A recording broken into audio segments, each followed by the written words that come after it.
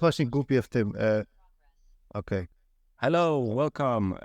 I'm here with Paul, and he's showing me a cool project in Unreal. Paul, what's up? Hey, Bartek. Nice to see you all. Yeah, it's nice stuff to show you guys. So currently I'm working on with PCG to plugin.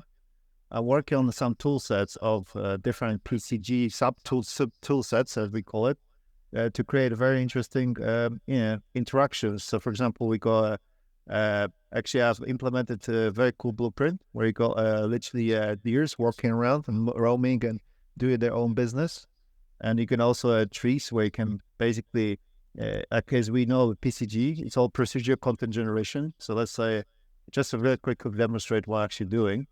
I can just change the scale of my trees as well as, so there you go. I can minimize this slightly, and I can change the number of instances that are being populated along the landscape, which is very nice. And as you can see, there are some animals here as well. Those are the deers I'm working on. I've created like a very cool blueprint PCG where you can actually generate in deers, which they will be roaming around the landscape. Of course, there are some glitches, as you may see, that some of these animals being popping out on top of each other, which is the wrong way to do it. So, of course, this doesn't happen. It's just a glitch in the PCG system. But that's fine. It's very easy to fix. So sometimes what you have to do, you just have to go to PCG and basically clean up and then regenerate. And it should be okay. Yeah, there you go. So the way it works, so basically you have these PCG components, which what you do want to do is to clear the entire cache from left from the previous session, and you can generate a new PCG, right? So basically, that's what's very interesting to work with PCG when it comes to dealing with lots of data, because sometimes let's say, redo something, or let's say, and maybe you want to redo it, but then all of a sudden you have to undo, and unfortunately, it leaves still the cache behind it, which is those, these the objects which were spawned from the previous session. I need to somehow clean them up. So there's always a kind of cleanup functionality for the PCG component. But overall, it's been fun working with PCG. Actually, I started doing PCG last year. So as you may see now, of course, it's slightly broken, but that's fine because it's still like under progress. Under construction, right? Under construction, exactly. Yeah. So I'm actually fixing some, but that's very easy things to fix. It's just because there are too many trees, which I have to decrease the number of boundaries for the minimum and maximum. But anyway, the point of this demo is just to show you what I actually do. So basically, this is spline control, which basically, as you see, if I move points away from each other, from the center of the focus, it populates all the trees, right? So it creates all the trees as well as grass and the stones, the rocks as well on the landscape. And of course, I create a little menu here. Very simple, because I'm going to have to modify it eventually. So basically, I can increase the numbers of instances, which will generate less of the, which basically what it means, number of instances. So the closer the number is, that means the closer the grass will spawn to each other, right? So if I put bigger numbers, that means technically, assuming it's 300 millimeters away from each other. So let's say you got an object spawning right in front of you. So the objects around the same types of object will spawn from each other about 300 millimeters away from each other, basically. That's what that means, right? So, and of course I can change the scale. I can make it smaller, bigger, so on. And I can get back to 50, so it's closer, it's more natural. At the moment, there's no textures for the ground, but it's fine because at the moment I'm only focusing on the PCG landscape as a PCG static meshes itself. So let's say I'm ready with this, I'm happy with this, so maybe I can increase the number of trees for this, so I have to go lower number, like thousands. It might be a bit too dense, but maybe it's okay. So I just to quickly check how the nav mesh looks like. So you can see that I just turned off the nav mesh bound, which is this volume here. And basically it shows that, okay, these are the static, so that means when the deers are going to roam, are not gonna, they're gonna detect something in front of them. They're gonna pass it through, so they're not gonna go through the trees, which is really good about PCG. There's a capabilities that to recognize what is the static, what it's not static. So did you just generate the nav mesh, or did you have to manually? No, just drag and drop. Just have to do drag and drop. Yeah, exactly. So, 'cause to be honest, like those things are kind of last minute. The reason why I did is because for the deers for to roam around it. Mhm. So because I'm actually testing it, and to be honest, this project will have a racetrack as well. So that the whole point of doing this is also to implement racetrack, so you can do it, generate, using PCG the entire racetrack. But this is something I have to show at some point in the coming weeks because this is Entire part. racetrack. So Yeah, so you can spawn a whole racetrack with well, everything, trees, that's the buildings, so the tree hit, as well. hit play, right, and drive the car, right? Yeah, that's the whole point, right? Because the entire, of course, it's not for game development. In this case, we do that for people who wants to learn how to do photorealistic animated Right. cars. So Right. so it's very handy for people who wants to do world building and they Mhm. got no clue. So they're usually beginners, right, for the course. So it's good just for them to. And so that's the reason why I'm doing this whole tool set. And of course, I will mention during the course that people will also learn a bit of PCG on the basics level. But for now, I wanted to kind of prepare this project for the students so when they can drag and drop to create this stuff that whatever they want, so they can highly focus on the animations aspects of it. Mhm. And then maybe also another course, just the same course, but some chapters of the course where they will explain how to create all PCG. Mhm. So one thing about racetracks, are you gonna do like a racetrack, a known racetrack, or because the question is, you can create racetracks, which is Yeah. a very profitable business, by the way, in the real world, because Yeah. when you have a racetrack, you can invite people over, and they can come and try to learn to drive a car under Oh, certain conditions, and the racetrack is reasonable. yeah, and no, and the racetrack is designed in the way to, to try to either put the car into a skid or into some kind of weird, and that there are actually racetracks that I can reference from the real world and have a look at their, how they're set up, Yeah. get that height map, right, and try to replicate the same thing with all the simulations. So like when you have like you're driving, right, and you get like water under the car, plus water coming from the side, and also a puddle of water, and you have to make it through an obstacle without getting into too much of it. The kind of simulation sort of. It's a simulation training for drivers, essentially, on the road, on the normal road, right? So it puts you into different conditions. I was thinking like, okay, that's an interesting way to simulate racetracks. You know, Not a bad idea. taking from the real world a small, because a big, Monza track or something, that would be, even PCG would be pushing, but that would be pushing it to its limits, right? But if we put it like okay, let's do a 30, 40 meter simulation track, maybe 50 meter, just going in the roundabout or something, like you just made here, like this little world, right? Yeah. That could be essentially a racetrack, just replacing the assets. Yeah. Yeah, It's, so that it's really powerful not a system. bad idea. That's not a bad idea. So this is a racetrack I did before, actually. I've created, so it's kind of, but the thing is, because I've migrated to 5.4, I don't know why there's a glitch where, as you can see, it leaves the mesh behind it. But as I move the mesh itself, and then I undo it, Mm-hmm. and then look at this, it generates normal as it should be. So I don't know, it's a bit glitchy. So yeah, Okay. so it's really strange. But anyway, so this is just a segment of something I have, and of course I have a 3D artist who will help me to create all the assets for the racetracks. Mm-hmm. That's something I'm gonna work on anyway. Okay, cool. That's something. So So you got, yeah. So yeah. that's really nice. I mean, that's just the idea that I threw out, because I just like I'm and also like modeling also in PCG. I'm wondering. I think Unreal 5.5 will probably bring that, which is modeling in the real world scale, with PCG, with the spline and stuff. So imagine we could control like the angle, how much, like 42 degrees, 64 degrees at this. So it's exactly. Or that can also come from 3D scans, I guess. You can just overlay the splines. Yeah, I mean, it's it's such a crazy powerful system already, as it is, and it would just get better, right?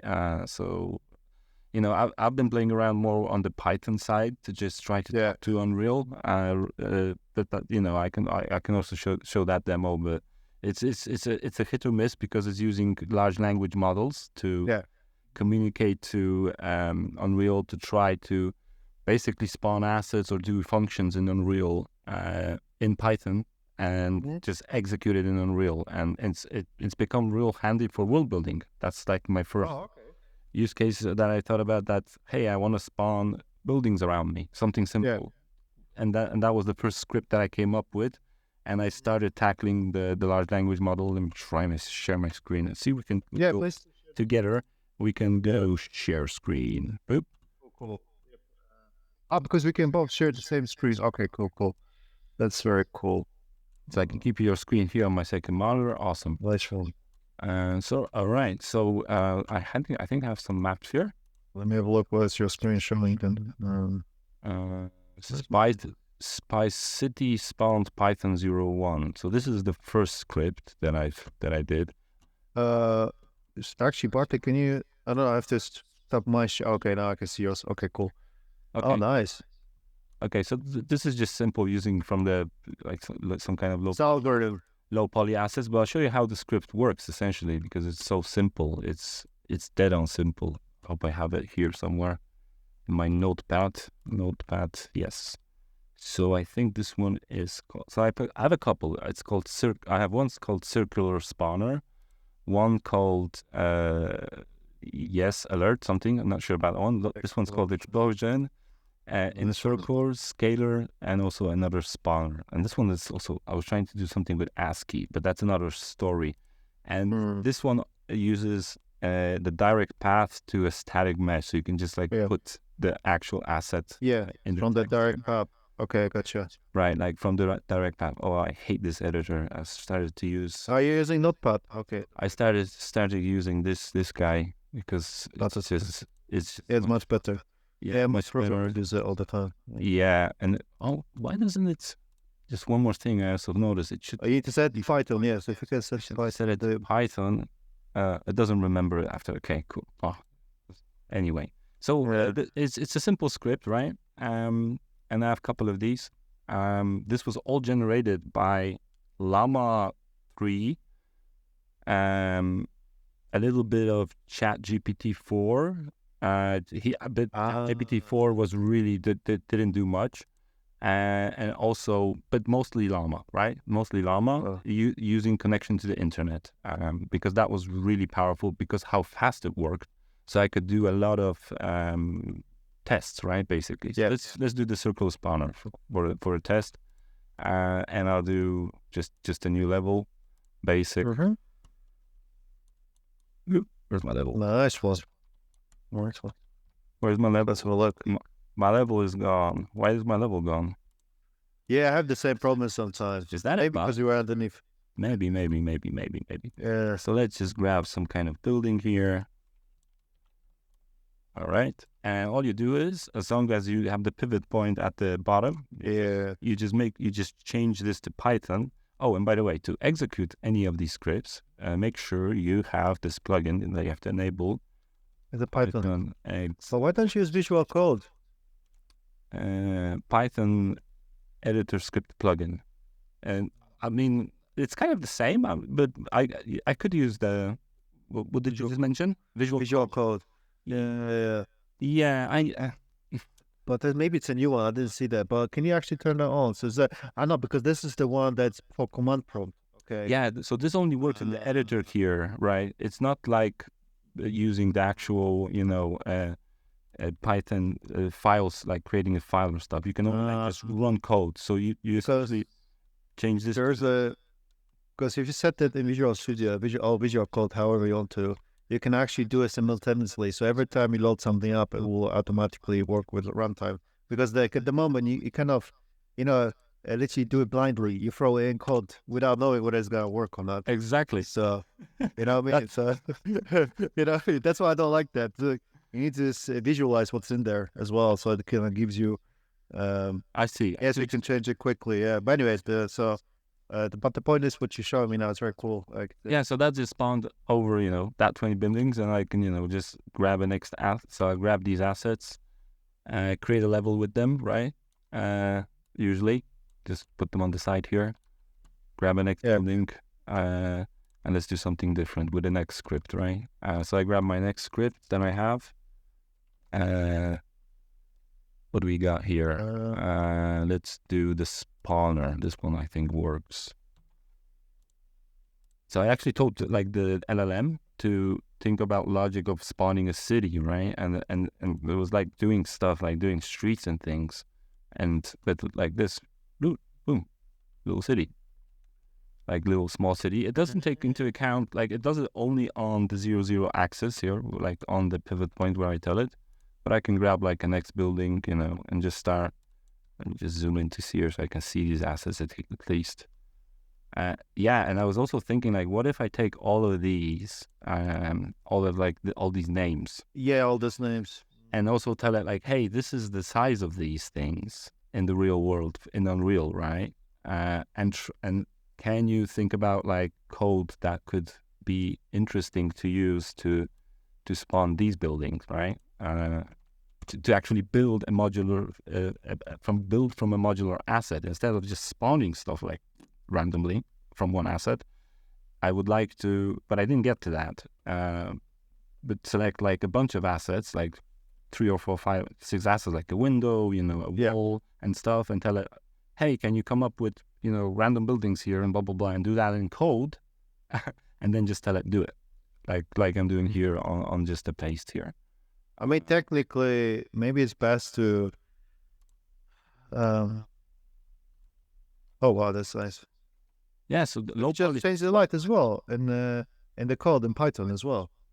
No, I'm using Control L. Just because I pulled the Python. Maybe you wrote the code to change the left direction as well. That's actually interesting. I could try to do that. Maybe I'm not sure if it will work in the loop, because the code usually works in a way it will just do one thing. At least from my experience working with the execution script. To be honest with you, it's very, how to say, because I know in Blueprint you can create like a container where you put your Python code and execute and then create menu for this. Yes, yes, there is something in that. I think there is. Like you mentioned, it's called the Unreal Engine Python.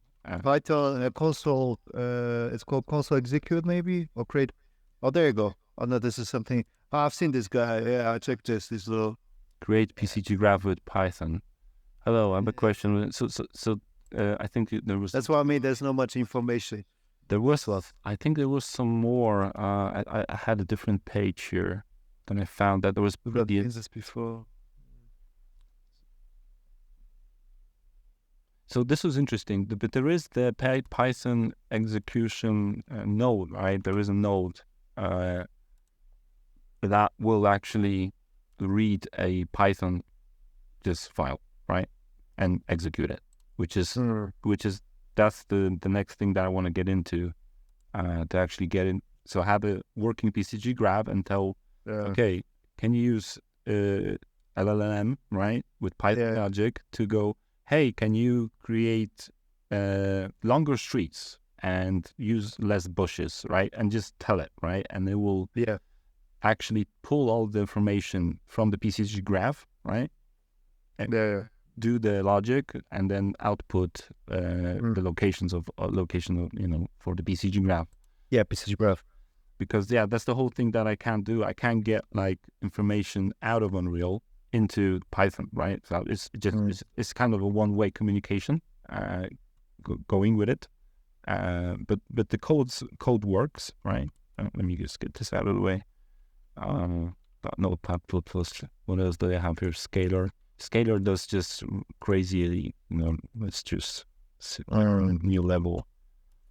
I think we'll do just.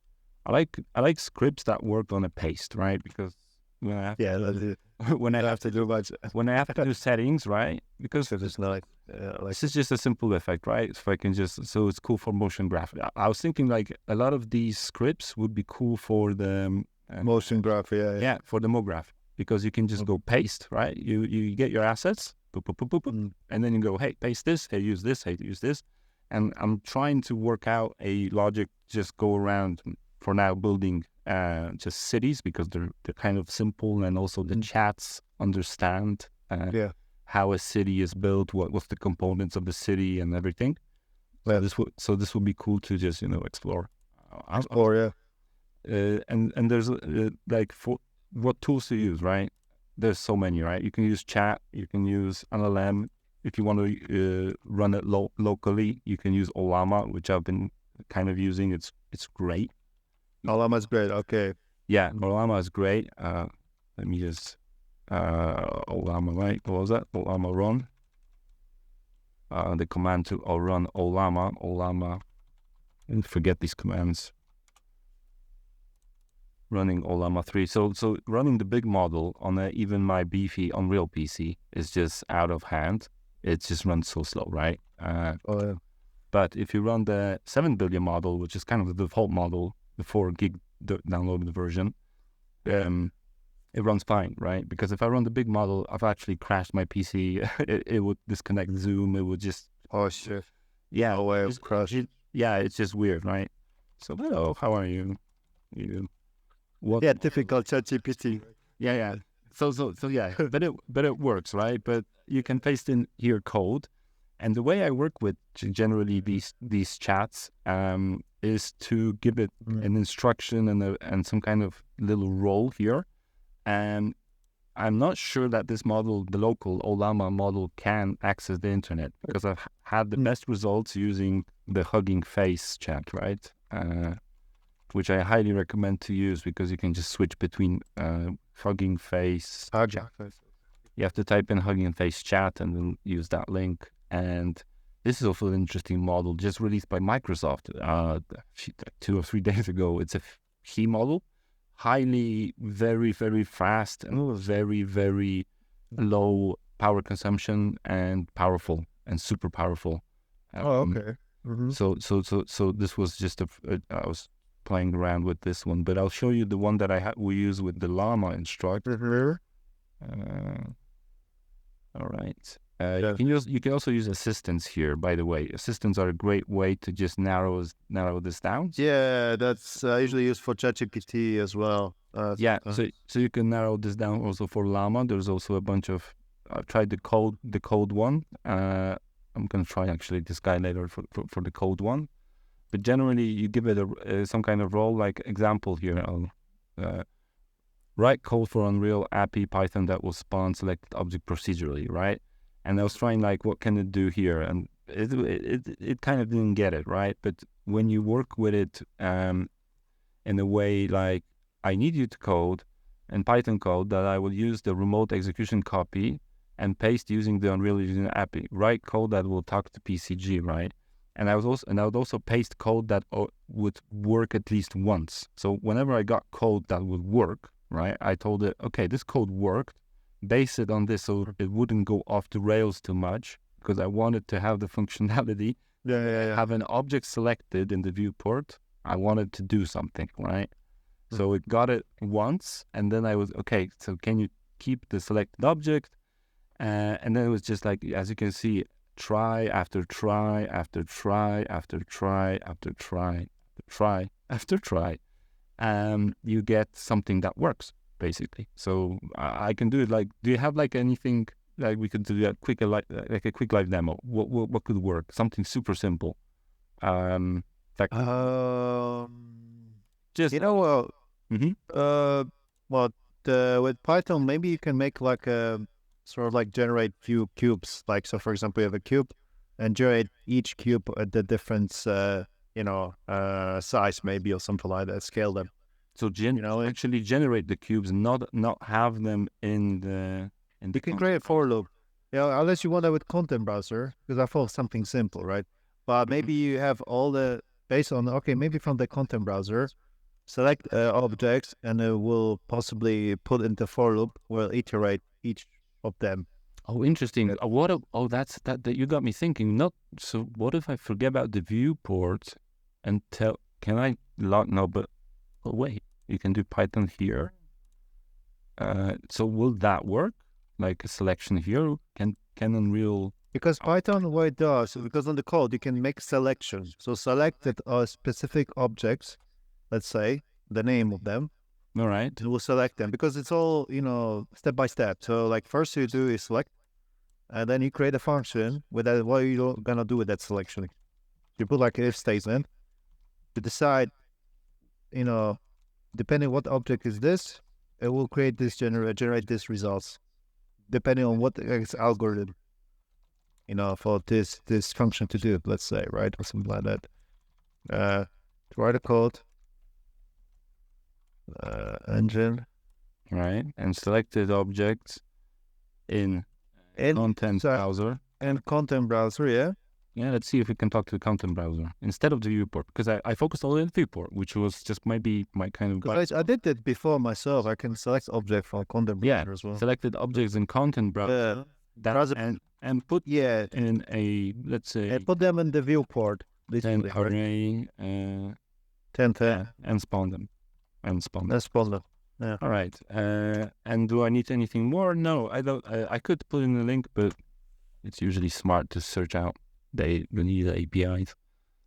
Yeah. So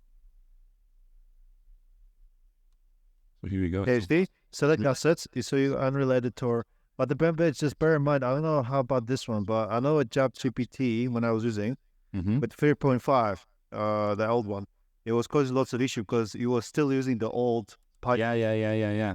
Hybrids. Yeah. So you have to be very careful. So maybe now it's going to be a little bit. So I'm doing that. I do selected, pasting in the code, and what do we get? No, but because it's not reading.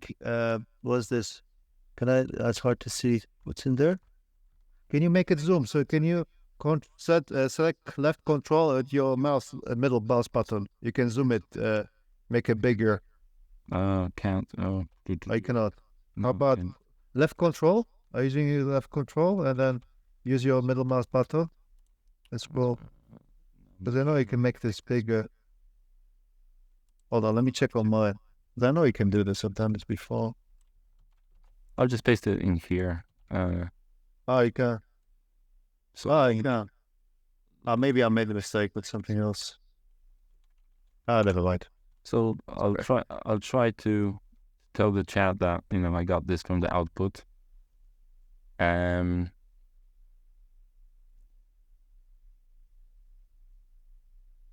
So this is usually the process. You're actually seeing the process. You get a error, right? You don't usually, you're kind of lost because you didn't write the code, right? So you're kind of jamming with it. You go along, right? And you copy this code. Usually read what it tells you. Try to, comprehend as much as you can, because it's really, this warning is related to the way you're passing file paths or packaging names to their own functions. Functions is deprecated, right?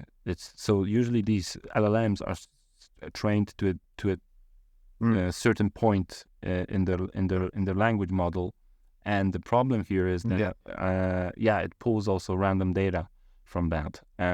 But there's a solution. I just wanted to show you if you're using, and it's so here, yes, this is Google's new. I have to use this through VPN because it's available only in the US currently. What? But just get Opera. By the way, if you want to use this for free, just get Opera, enable VPN. And Opera has its own free. You get like a little button here, and you can just go. Yep. I didn't know that. So that's how you learn every day. So anyway, so you can grab this, have a look, and this is essentially Gemini 1.5 Google thing, but it's a note-taking thing. So it works in a way where whatever you upload to it, like I uploaded here for the whole source guide, the whole just copy-paste for the whole Unreal Engine, everything, API, just from the website. How you can make it really long, even the pace, and use PDFs, and it's really cool, like the way this thing works, because you can just kind of talk with your own document, drive, PDF, text, right? And so I uploaded the code that I got to work, the 5 scripts that work, and then I talked to this script. Hey, can you come up with something new based on this? Yeah. and I got it to work once, and I was, wow, I'm proud of, like, I'm literally building another branch here. I felt like a developer because because I was building upon something that this thing is really cool in the sense that it will only use the information that you put into it. It won't hallucinate. It won't go off the rails, basically, like these other models do. So that's a tip, right? So I can also write a script that will, but it has my own scripts which do it on the selected. Let's do that will spawn a array of 100 by 100, separated by 4 meters, something like specific. See, if it's actually able to work out with what I give it, like, and I was also thinking, like, I can upload here other Python logic that I find online that I like somebody creates Python logic to create, like, procedurally galaxies or something, and then you can start talking to that script and try to get it to do something that you want it to do.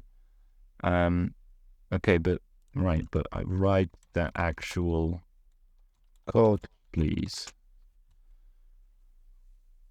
Not LM.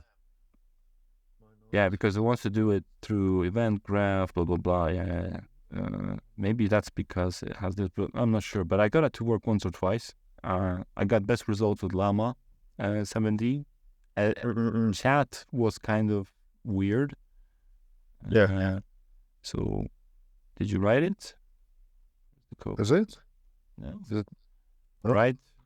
Maybe in Python. Yeah. Right, Python code. So yeah, and also there's also one thing that I want to mention. Alice, this is Alice app. This is a startup that one of my friends is working on. He wrote this whole thing, and you can basically that's great. Pay once and have it running in your desktop, talking to your files, and also doing stuff on your computer. And they added like a bunch of I don't know, snippets, yes, stuff that you can use. I think you have to pay because I'm using the demo version, so I have it only a few things here that I can use. But it's also the same kind of thing that you can switch between different models. I think this one's only based on GPT, so same kind of thing. And then you can upload and talk to assistant, right? And then these assistants, right, they always have some kind of description. So, like, this is a good description here, by the way, to learn from. You are an AI assistant designed for ultra concise, engaging conversations. Follow the rules, blah, blah, blah, blah, blah, blah, blah, blah, blah. So this is usually very good logic that helps an LLM, right, be concise with what it's doing, right? And usually you can even, like, kind of steal this, right? Copy and paste. There's websites that have this, and like when you get the full version, I think you get much more different kind of assistants. That's this kind of assistant logic that's really thought out, right? So I think I got some code back. Oh, I hate that. I don't like that Google. But typical. Can just do it so I can copy and paste it in one go. Yeah, because it gives me like explanations in between and doesn't give me code snippets, and you can't paste effectively. So this is experimental, as you can see, right? And there's also one more website that does Grok, right? I'm not sure. Have you tested Grok? Grok is unbelievable. I heard about this. Yeah, but never. Yeah, I think I'm signed in here. So to make it quicker. You can talk to different models and how fast it works. How fast, like Python code for Unreal to spawn 100 cubes, but it's kind of hit or miss. I've had better results with the Hugging Face thing connected to the internet. than the Grok model. But what I've learned basically through this few days of experience of working with these advanced models, you have to experiment. Like there's no other way. It's just like one thing works, the next thing doesn't. I'm not sure if this one's looking for a select. No, I think there's a. Can you go? Let's go to the line 4. Let's have a look. Maybe there's a naming issue. If it's that, I mean, can you stick it back onto Notepad++? Yes. Let's have a look there. Yeah. Just create a new one, and create a new. Stick that in. Make it Python, so it's easier to. So if you stick that in now, this code. Yeah, I think it's just a maybe naming convention issue because it says something with the string. So it says on line 4. You go to top. There's nothing in there. Maybe there's a file string and import space sign. Attribute type object editor level library has no attribute get current level. So yeah, it's good. Maybe there's something wrong with the current level. No, but this is my working script, which is does the spawning thing. Yeah, because that one was just generated, so that's why it's. Maybe, yeah. Oh, there you go. Yeah. So my script worked because I've already spent 2 or 3 hours doing. Fixing that. Oh, okay, gotcha. Doing exactly what you just seen, the process of going through, and the best one that I've just discovered today that blows my mind is just pl.com. Poll.com. This is awesome because you can do what I've been struggling with, that some models work better than others for different things, and you can talk to all of them in one interface. And you can create bots and stuff and change it. So you can change your model just like clicking like this. And crazy. And then just go, hey, I want to talk today to the Llama 3 Grok, which works here, which is awesome because you already have this. So let's give it our script and tell it, can you come up with something creative, but keep the script working. Let's do something more. Yeah, I have to work on my prompting, but sometimes giving the code that works usually will deliver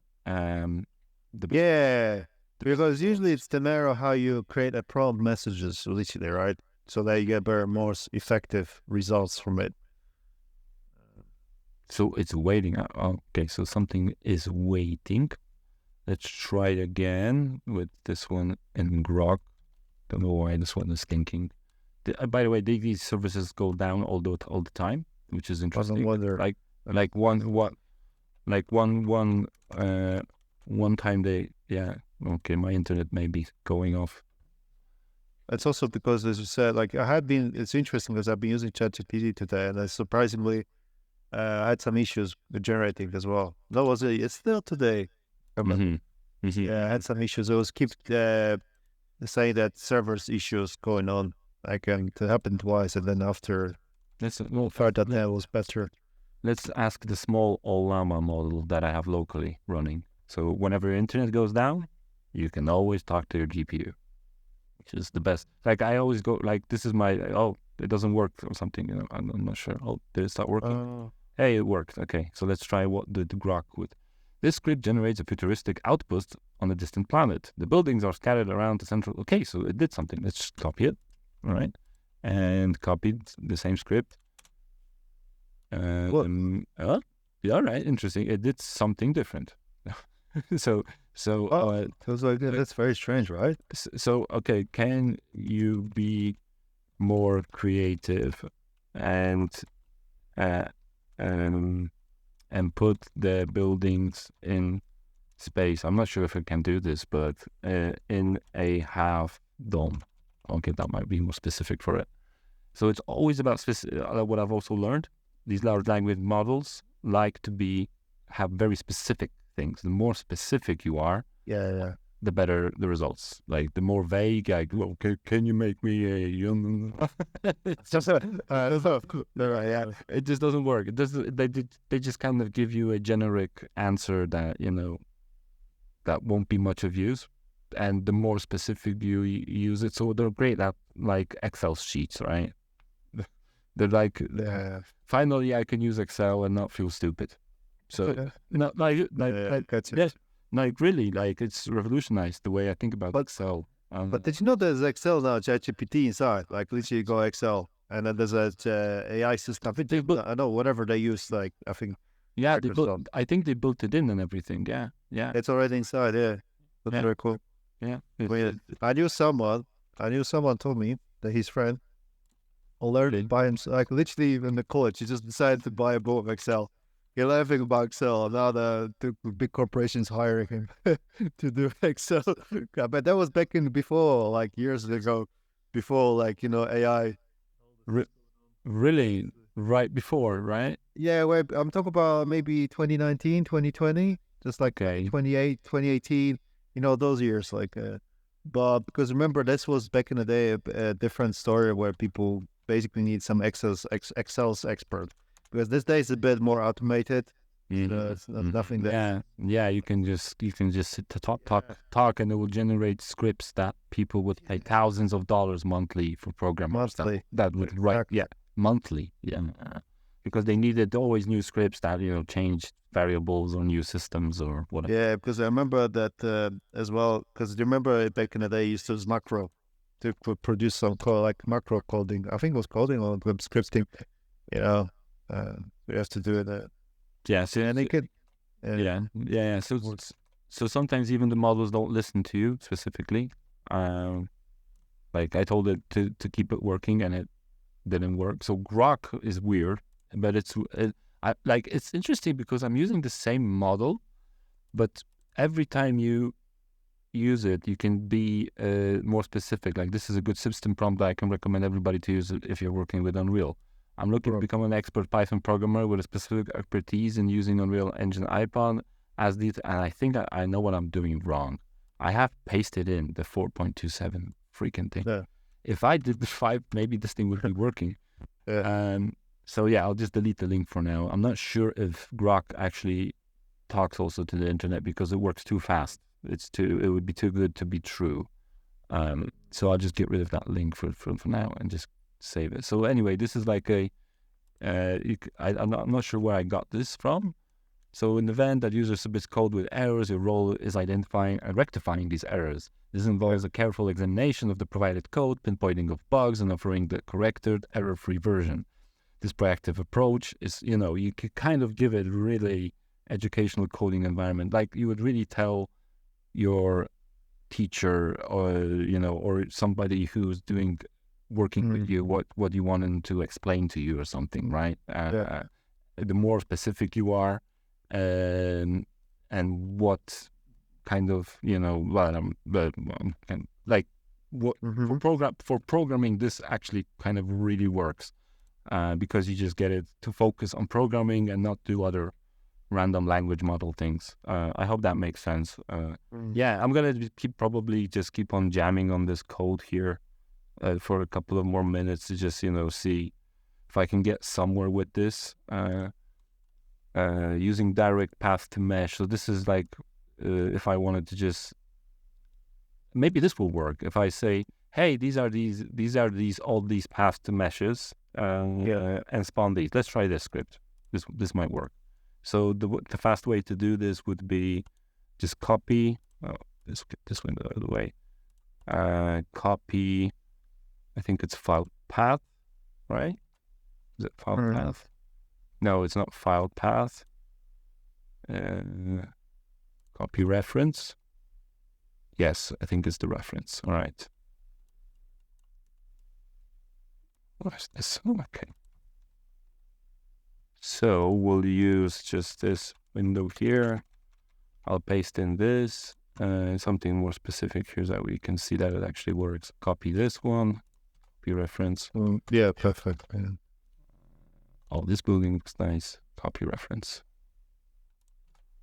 All right. So I'll write the scripts here. I think it's better to just write the scripts in the Notepad++. And then you can always paste them into all the different websites and all the different models. Notepad++. Yeah, I think it's the best because you get the code highlighting while you're looking at. Yeah, because the best, because I remember like also been using when I was coding back in the day, or not plus plus. It's very good. Mm-hmm. It's good. Yeah, it's very good. And also, this is more like for previewing the code, especially for Python users. But if you want to do more advanced, definitely I would recommend Visual Studio. Yeah. Especially for Visual Code. I agree. As I've used it a little bit, just to get some like environment working and stuff, and it was like, wow, this thing is so amazing. Like this thing, just like. Yeah, I'm telling you, it's it's got. It's like I think it's like Unreal. It will take me like 5 years to learn or something. I'm not sure. It's because it's just such a big. A beast of it. Yeah, beast of a thing that you can just install plugins and start doing stuff, and it's. No, the thing is, with Python, it's so easier. If you go to C++, it's a different story. Yeah, but it goes to, because I tried code it a few times in the Unreal C++, but it's just too much. I'm like, you can do everything this in Blueprint. It's it's so funny. It's like the sometimes easier to do with code. It's like something very small that sometimes with Blueprint is so annoying. Yeah, but generally, yeah, that's why Python's actually a good way to also code. Yeah, I think it's. But yeah, it's also a good thing they use the AI models for this. Mm-hmm. Yeah, I'm trying to think how this can work with the. But definitely, it must be a way to access this with PCG. And what you sent me before, I'm not sure sent me, but you showed me actually before. There's a Python's library for PCG, but it's in the experimental phase. So I'm not sure if this is actually a good way to test it. Maybe it's good to. Everything's experimental here. That's experimental. Yeah, because the problem with PCG, you have to be very careful. Like, you can crash your computer. Oh yeah. Oh, I see. Okay, I see. Yeah. If you just go something off the like, and then no, it's just like even like you. To be honest with you, because you have to create variables which you then have to pass into PCG graph and inside Blueprint. And if you don't set the values to let's say 100 or 200, and you keep at 0, it will crash your computer because it will go into the infinite loop. So sometimes you have to be very careful on these kind of little details. So yeah. So this is really cool. Like I'm lazy, right? And I didn't want to like even find where I'm supposed to paste this in. And I just told it, hey, this is this. Yeah, it's easier. Oh my God. Like this is like this is why I love computers. Well, are you sure computers or AI? I'm just no, it's just like this that it does it for me. Like I just, like I want this, and it's like just block of text, right? And it will just do it, and then like I can move on with my life, right? Not find each bracket, because I'm really not really good with keeping brackets or stuff. Well, this keeps it. So interesting. You can let it go dark, but like, and I remember like I was reading somewhere that the first programmers will go out of jobs will be data analysts. Something like that. Yeah. Oh yeah. All right. Fingers crossed. Fingers crossed. Oh, it's bound assets. Oh, it's actually not too bad. Hey, and it doesn't look too bad because the low poly assets kind of. But look at how they are stacked up with each other. That kind of looks like a window, a door. Right. Can you spread them more out? But I'm going to keep the script because this one is nice. Like a nice. I'll call it. I'll call this script. Well, I'll just call it stack. Yeah. That'd be cool. Stack from. But then I'll have to replace this code with, hey, I want to select 4 assets, or I want whatever assets are selected in the content browser. This should work, right? And this is where it gets tricky with Unreal, right? Can you spread them more out and do it a little more organic? You can do more of them. Let's see if we'll just kind of, get my random weird logic. So it's pretty crazy, the sources that it pulls. PCMag.com. Oh, does it give you also which websites you use? This is really nice, which is really cool. Because No way, NCBI. Sorry to say, but this is like a special journals for universities. They post there like was it so it actually pulled research some Python research from the National Lab for Medicine. So these people wrote this paper. So my code is using something from there. It's bizarre. Like that's amazing. So some kind of. I told it, hey, can you spread it? And then, hey, I'm going to look into this. Yeah, so let's see if it works now. Let's see if it works, all right? So I made the following changes. Increase the plane extent to spread out the meshes more. Spawn 20 instances instead of 10. Used random choice to select the random mesh asset for spawn factor. Kept the rest of the code the same. Okay, but it's going to still use these 4 assets though. But all right, let's just... So we'll move all of this to the side. Yeah, and I usually just, spawn a bunch of these patches then, and then just organize them into levels. Pretty efficient. Pretty easy way to work. I see what happens with this. Oh, wait, let's get something nicer. Let's get like this. By the way, I think it's going to... Oh. All right. So that's what it did. It did actually spread them out a little bit more. Did it? Yeah, it did. Compared to the previous one now. What if I do, okay, now do 1,000. 1,000 buildings. But can you make like rotate them randomly or something? And then they go rotate them randomly and then make them move up by z-axis because it's upwards, isn't it, in Unreal? So scale them? No, like as it moved upwards, as it translate them upwards by the z-axis. It's a z-axis, right? Yeah. Right. I could, but how much can I tell it? Like to do an array or like steps or? Maybe by 20 units for now. That's okay. Okay. Now do 1,000 buildings and rotate them randomly, a little, while keeping them. So it doesn't do like random rotation, but it just keeps them flat on the ground.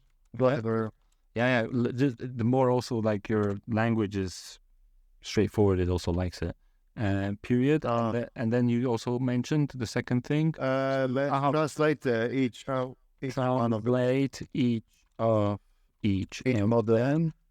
I do that, yeah. Each of them by 20 units at z-axis. 20 units in the z-axis. Okay. Yeah, all right. Let's see what goes. Right? I was testing draw ASCII art and then try to come up with logic, right? It's really random. You can do crazy stuff up here. I can imagine. And what does it do? So yeah, it says the origin set. Yeah, origin. So it's doing the vector here. So I've had the most consistent kind of, good results with the Hugging Face with the internet thing. So, all right, let's try again. We're just going to paste it in. 2. It's doing 1,000. Now it's... oh shit! It's funny. That's a Jesus Christ. But it looks like it's would be placed. But wait, did it treat z-axis as it's?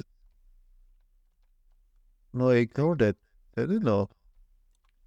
It's pretty. So wait. No, it did. It did. Yeah, it did. Location 20.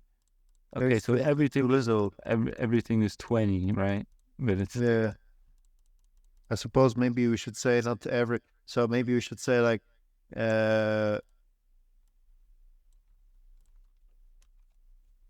20. Yeah, that's.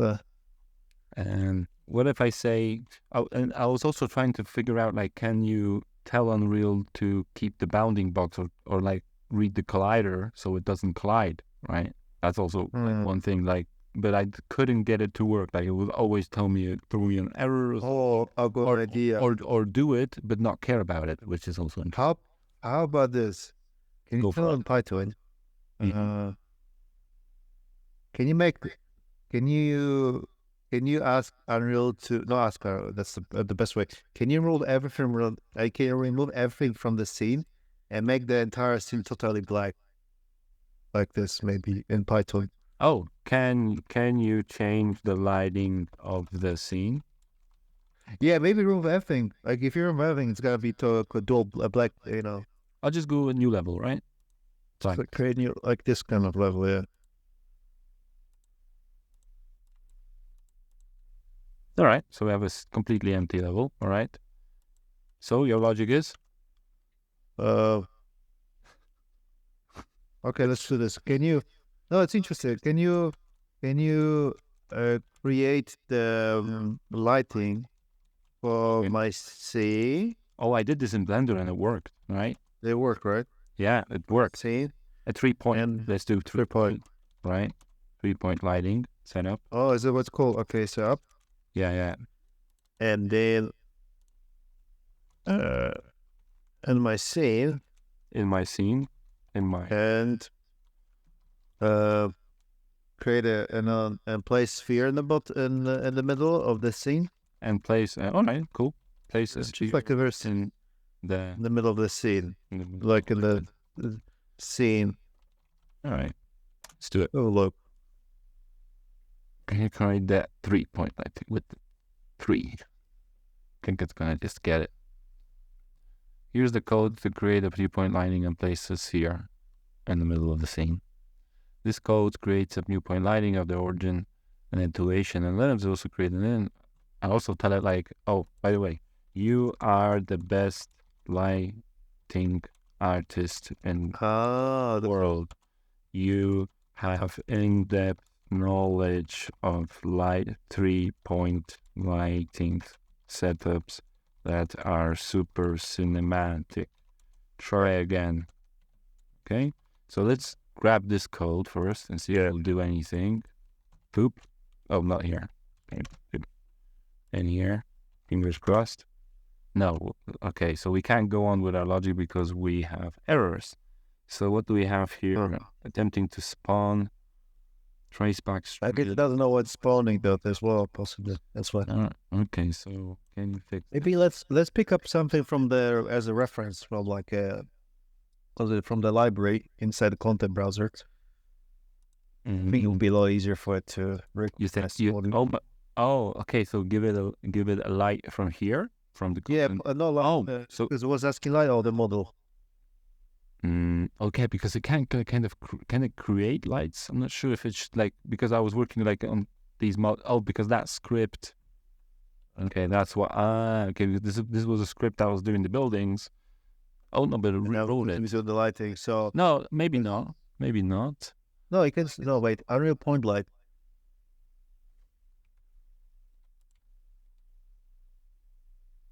Well, let's just paste it. Try again, and I get this error code.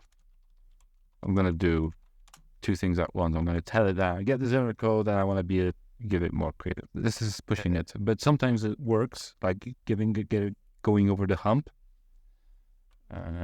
Sometimes you can get stuck.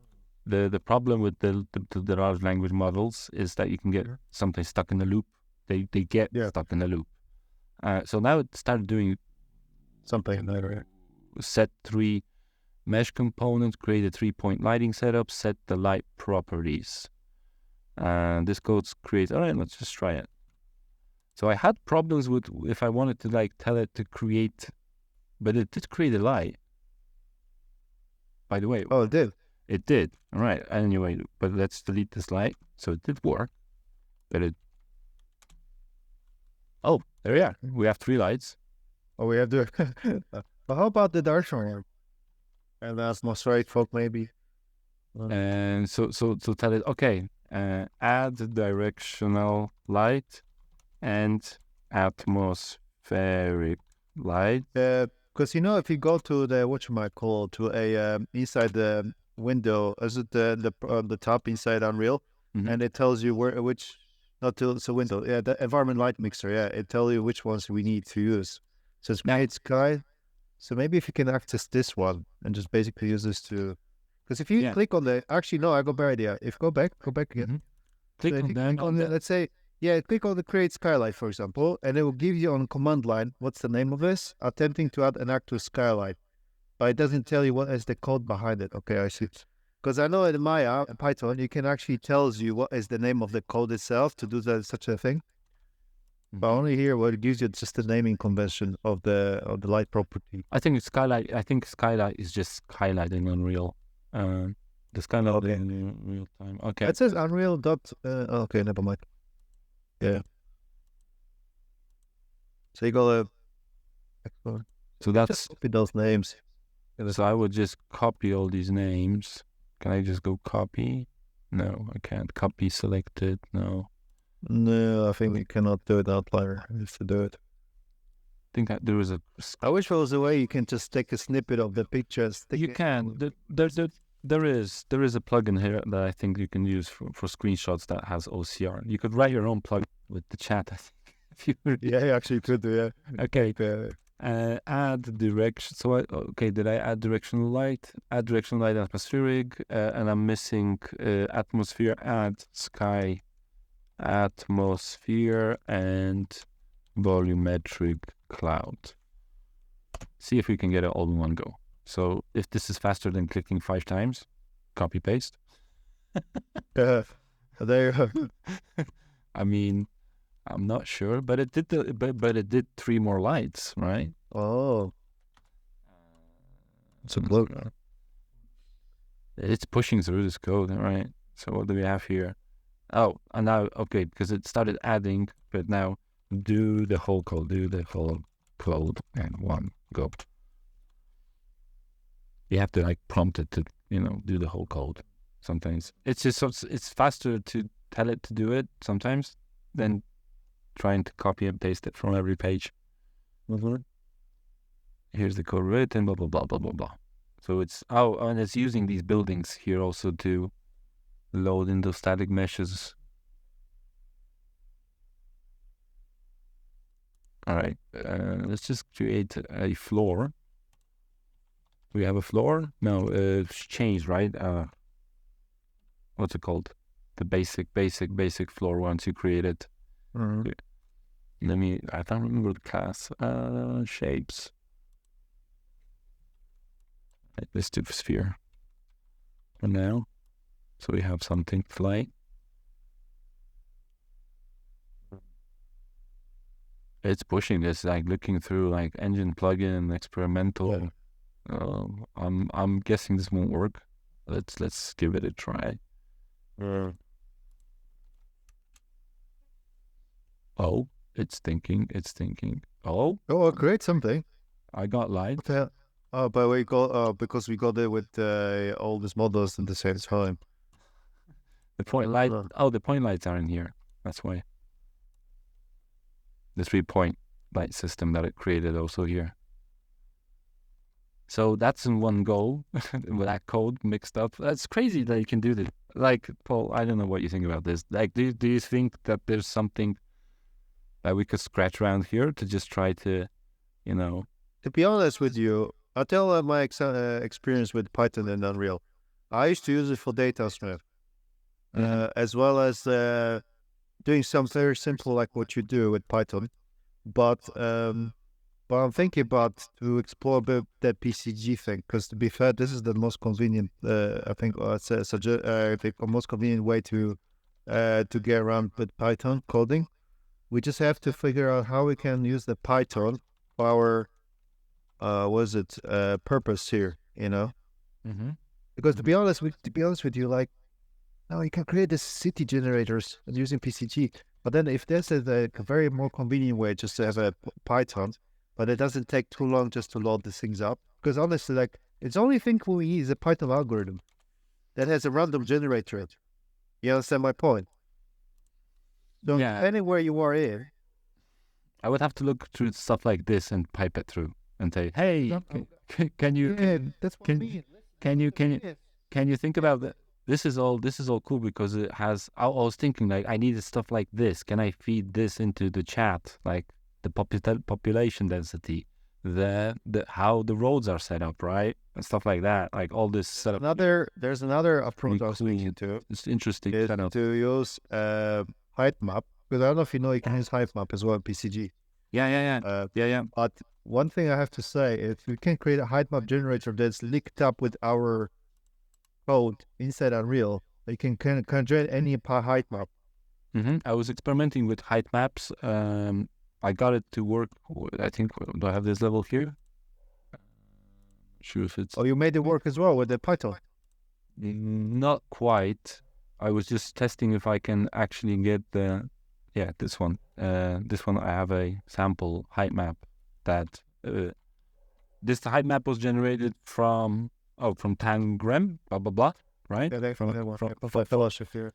Yeah, from the fellowship. But this is actually one of the top placed for height map. You just need to Google height map generator.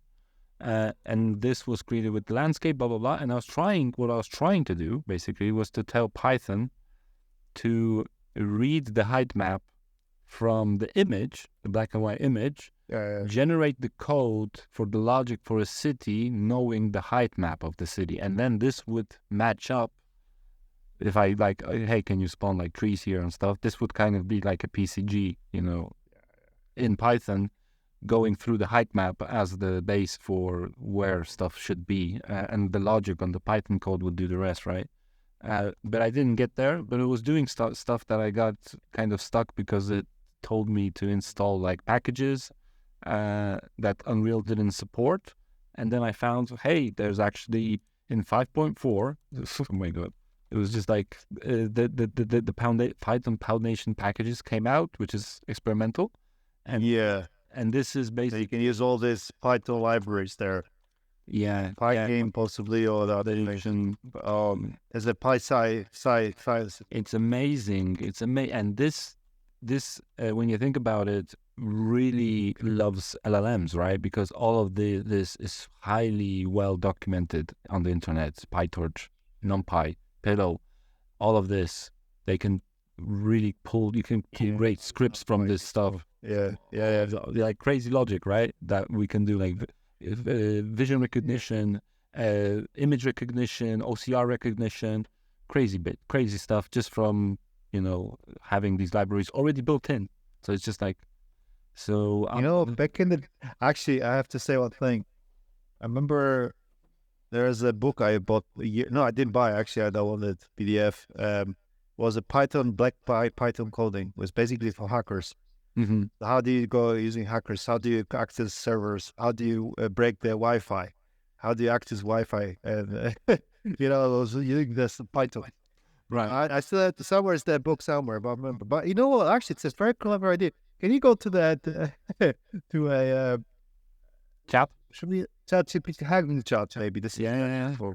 Go to. And can you just ask the question? Can you create a code in Python that can actually help me to unhide the Wi-Fi password?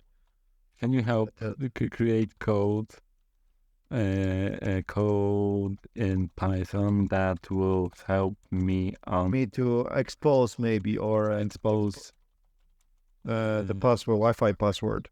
For my or maybe for my Wi-Fi. but it's gonna actually do it, right?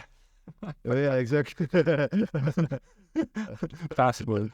It's gonna try probably and see what it can get.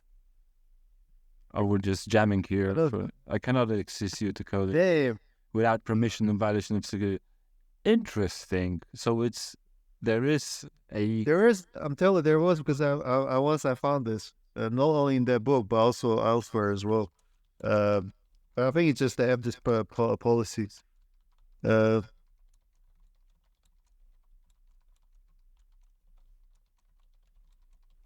see if we can jailbreak this with the most crazy stupid method.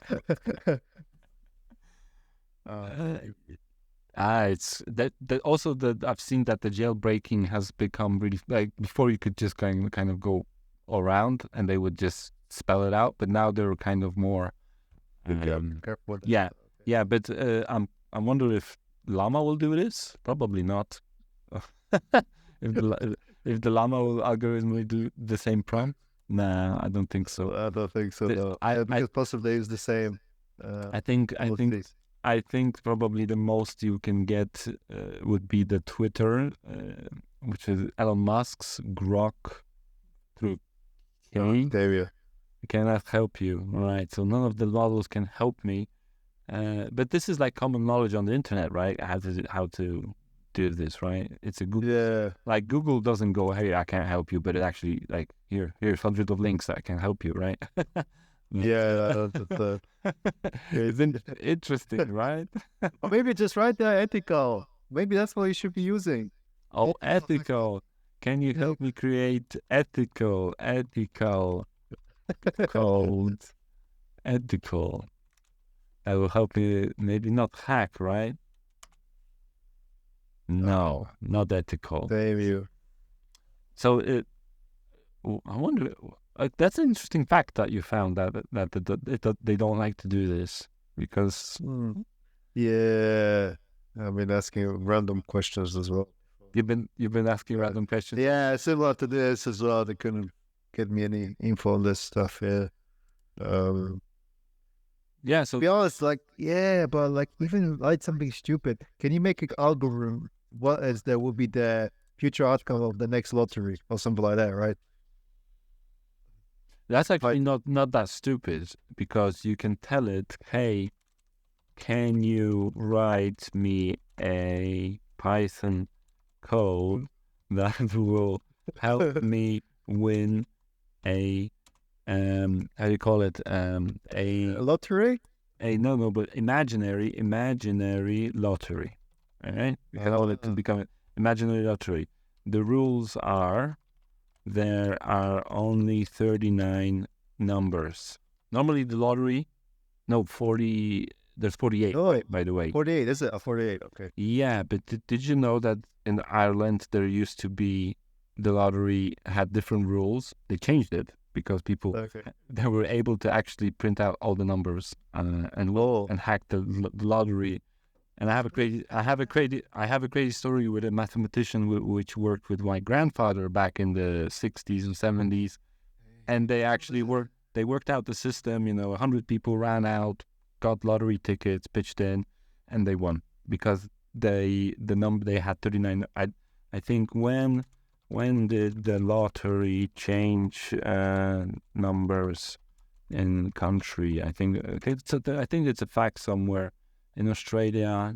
I mean, the rules, it was based on 90 numbers. Yeah, I think it was something Ireland rules lottery Numbers, left numbers, something like that. I think it was there used to be a pool.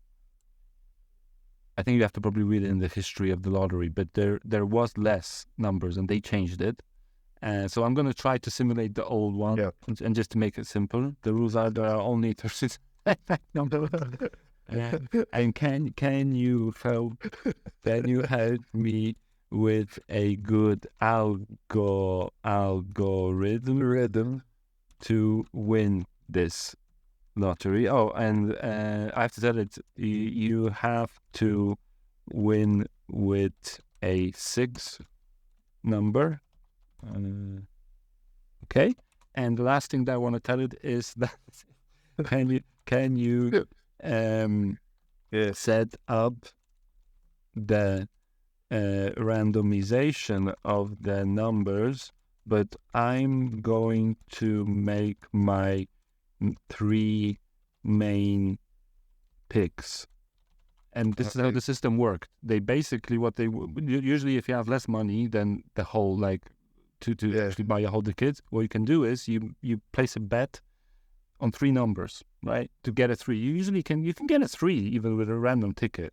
But if you get 3, the whole system worked out by mathematicians works in a way where they it actually you get 58 threes, 48 3 4s, 1 5, and maybe a 6, and some probability you highly increase the probability for the number 6 if you play the system, because it will always say 3, 16, and let's say I don't know, 22, right?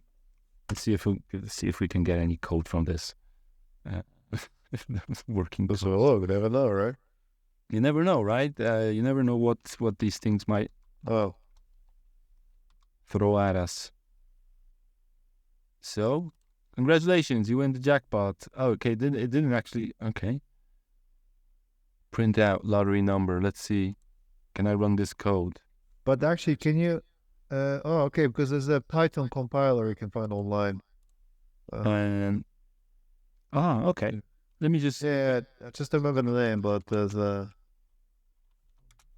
just use this one. Can I just go Python paste anyway? No.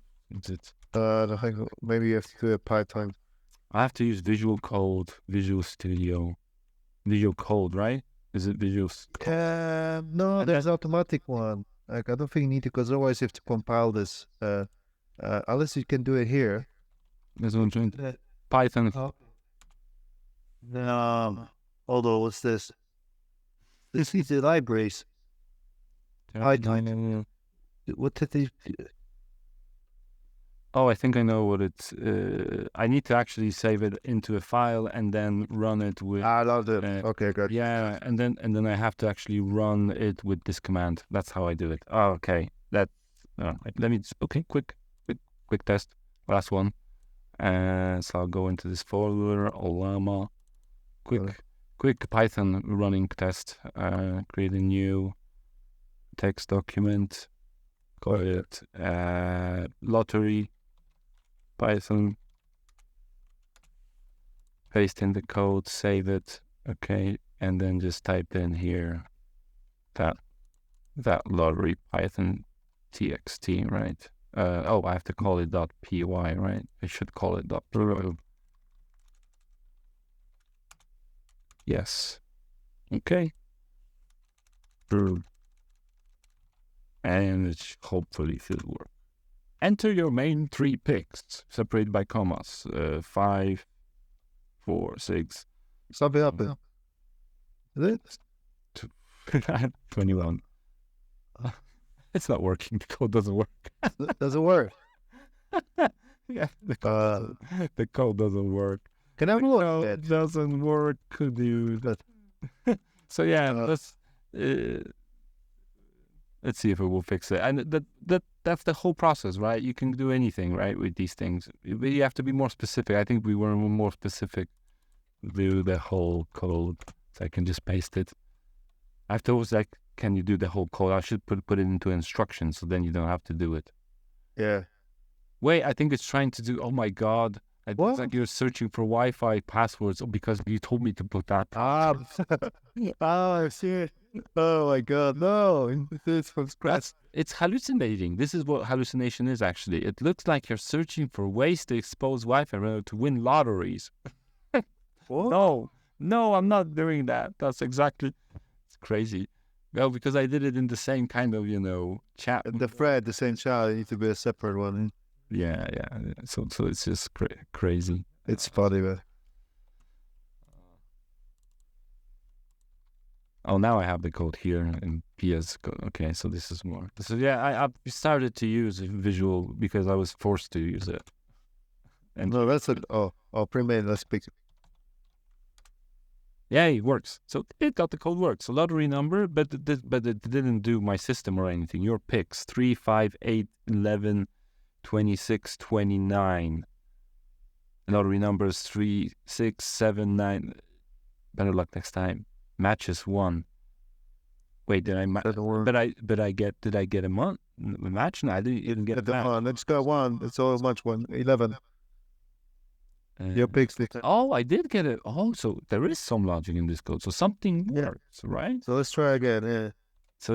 So can you generate all the the best script that I actually did with this thing was the one that I needed. I needed to download every PDF in the text file because there was just a text file that had links to PDFs. And they were all randomly scattered, and I couldn't find it or anything. It was like gibberish of a database. And I told it, create me a Python script that will search through this whole file and download all of the files into a folder. And I just hit enter, and it just these PDFs appeared, and I was like, and this is the same thing. It's like getting it to work. It's like, hey, it works, right? Can you? So you had one more last idea before because we're going over the hour much, but that's fine. Yeah, let's think about another idea. How about this? Last one. Go on. Finish it off. I'm trying to think. Something that it would give us a little like Python game or something. Python game. Can you create a TikTok game? A TikTok game? TikTok, like Coco Krzyżyk. Oh, a tic-tac-toe. Tic-tac-toe, is it? Tic-tac-toe. I think that's... it's not tic-tac-toe. Tic-tac. Oh, sorry, my bad. Tic-tac-toe, my bad. Tic-tac-toe. I don't know why. Maybe TikTok. That's why. Tic-tac-toe. Something like that. Tic-tac-toe. That's the name of the thing. Oh, that's a good idea. Okay. Yeah. Can you create a tic-tac-toe game in Python using... Actually, it's a clever idea. How about doing it in Unreal? Using the meshes. Oh, it could do that, right? But will it work in Python? It will work, but I just have to stack them, because it's so three-dimensional, isn't it? You just have to have X, like the shapes, like whatever we're gonna use for this. Mm-hmm. Yeah, because I could tell you, hey, these are all the shapes, right? That's probably my next jam, to start telling Python that these are my shapes. This is the work that you're trying to build. Give it a whole instruction around it, and see if it does it. So let's just use the same code here for the load of Python. Save it. It's using Pygame. Okay. I told it Pygame. I told it to use Pygame because I have the library installed. That's good. Fingers crossed. No way. Hey, it worked. Wait. All right. Let's play tic-tac-toe. All right. So I go first. I can win in this. I always win this in this game unless you make a roll. Yeah. All right. Where do you go? You can draw maybe, but pick your square. Sorry, because I thought you were fighting with AI. Shit. Okay. Okay, I can go top left. Top left. So this one, right? Yeah. All right, top left. Wait, why did it switch? Why? It doesn't make sense. Yeah, why did it switch this? Right? No, because we... All right. So let's move. Hey dude. You need to keep the logic of the game. When the next player did his move, the first player's the move changed. Fix it, please. Come on. Stop laughing. That's fine. Sorry, Let's see. That's even better, right? Look, what's this? Look how innocent. Yeah. But if we get the logic here, then that logic can be translated to Unreal pretty efficiently, I guess. Yeah, because you just have to use shapes, basically. Because instead of using Pygame, which just looked like, as you can see, nothing too fantastic, you can use Unreal ray tracing. So lottery, like pulling the lottery. All right, first move, second move. There.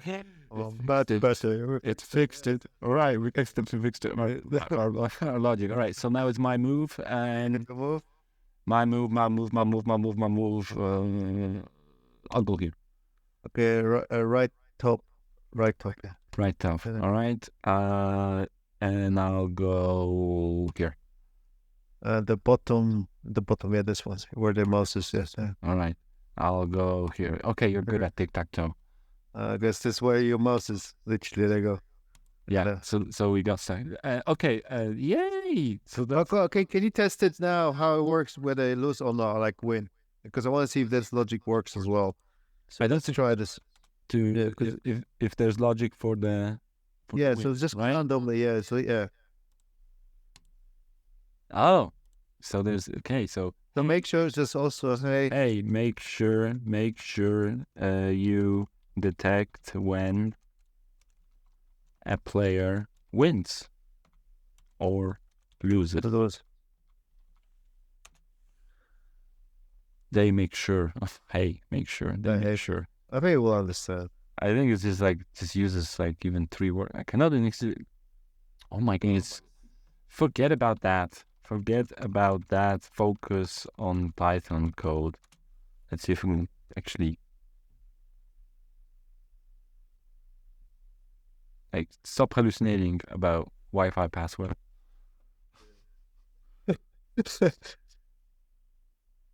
Let's focus on let's focus on the fit of Python code for weather fog. Weather focus? Okay, this is temperature. This is kind of awkward thing. Okay, it doesn't make okay. So what?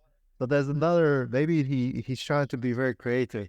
He is the for winning and losing conditions. All right. So this is let's just do this second. I don't know what's that being with the weather conditions.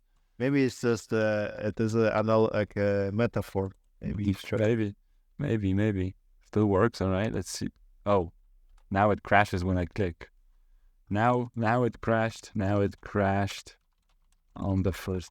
Well, this is a great example of how working with LLMs for now works, right? Oh, so stupid. Oh. So yeah, don't tell it anything about it. The same chart, basically. Yeah. But as you can see, it can pull off pretty well Pygame, right? Which is great to visualize something, a logic, right? And then once you have that kind of code logic going, you know what it's doing. Moving to Unreal will be just like, oh, let's just make it beautiful. Let's make it, run better or have multiplayer and stuff like that, right? I mean, that's the power of it. I was doing a lot with Snake. I was thinking to try to do Snake. And then Unreal. I mean, yeah, do Snake in Pygame and then tell it, hey, can you get that same logic into Python code for Unreal to at least like design the map and then even run the Snake logic, right?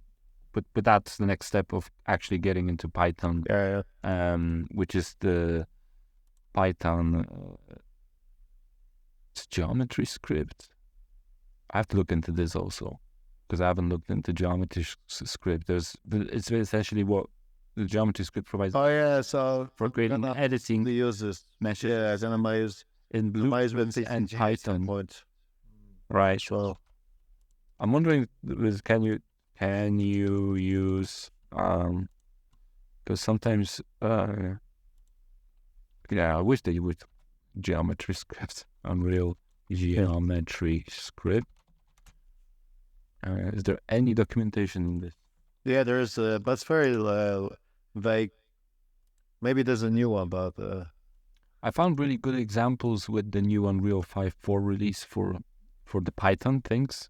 This is but geometry script. So this is like modeling through geometry script, right? Yeah. So basically, use Python coding, or you just basically use blueprints for that. Create a. So they get So it's very interesting. There are some very cool examples people do with this as well. Oh, here I think this is the most latest one here. Class creation, blueprint, visual programming in C++. Okay, but this is for more with programming in C++. It has to be in C++, right? You can no, it's with Python as well. Write Python for. Can you just write Python geometry script? Or maybe here. Can you find me write a simple Python geometry script here as the documentation. It likes examples based on documentation, blah, blah, blah. Yeah. So it's doing something. This script creates a new mesh. Add this. Okay, maybe this is what we're supposed to be using. Geometry script. Let's quickly just give it. Started. Yes, I was supposed to end this, but we got. Oh, by the way, there's a new thing. That you see the loading page. You can actually it's gone. But you can actually hold it and move around now. Yeah, I know. No way. It's true. I know you can. I know. I was like, what the hell? Finally. That's so cool. Finally. Finally. Because usually clicking on it would crash it. So Yeah, crash. I'll just let you have to wait until for this one screen loads up. With this one, yeah, you can do it. So new level. I think that we found. I found a bug. This is a bug. Like I went new level again, and I'm missing the ground, missing the floor, and they do a new level, and now it's fine. Yeah, I know. I had to say pro with the before preview as well. Yeah. So they didn't probably fix it. See what our geometry script does? No, it doesn't know. Like if I tell geometry script, the large language model, even if I tell it this is a documentation, it does something weird, right? It doesn't. That's just. But I know there's yeah. Fix it, please.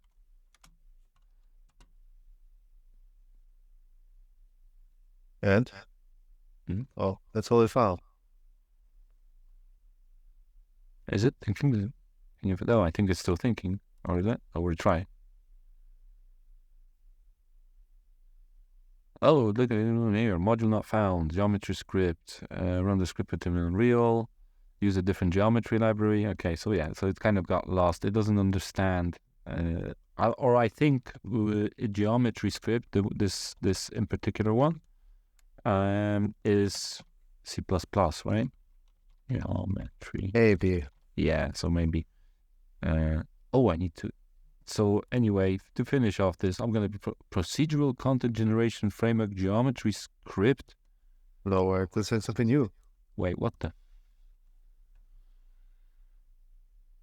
I think we need to look into this. This is what I was... Yeah, this is something that's a missing link. Well, wait. What's this, guides?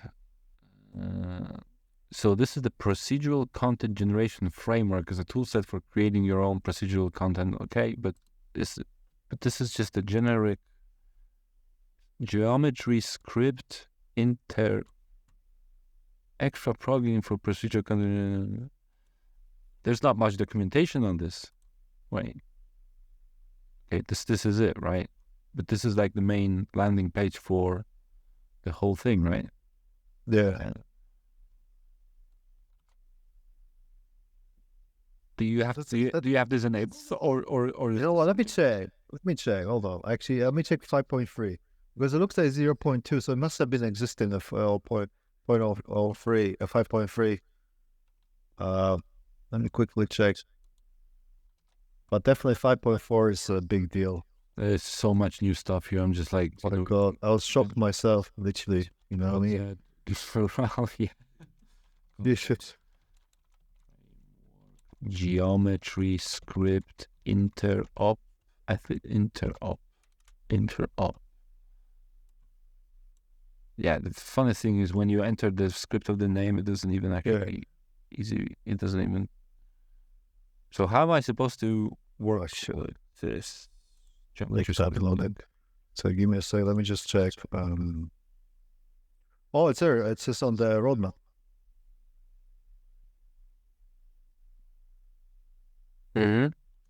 Oh. So it does stuff like it can crawl around spines. And that's PCG as well, right? Or it's just the... I think it's working on the PCG graph, but I'm not sure. I'm not sure, really. The target mesh is usually a mesh without any previous weights converted from a static mesh. Transfer and geometry script. So this is like kind of still, but this is old, right? 22nd of February. I'm not sure. Procedural content generation framework. Unreal Python.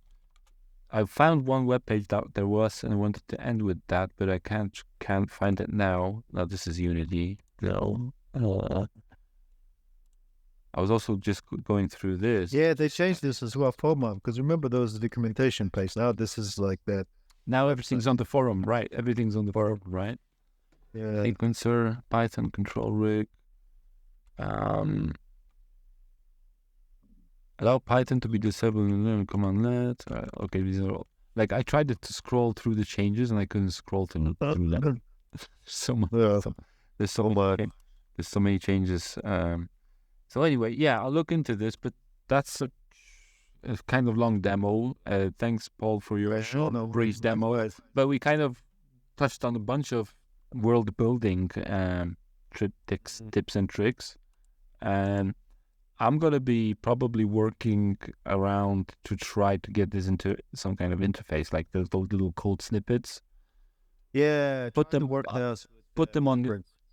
on YouTube maybe. I was even thinking like to actually give this whole content out for free. Like this is literally just put up on YouTube, add these scripts, give people the logic of how I work with this, and then give them to download it. That's a great idea. Maybe they can improve it, and hey, I generated something cool, and they'll just paste the script back to me, and I'll get, hey, like this is like a even better.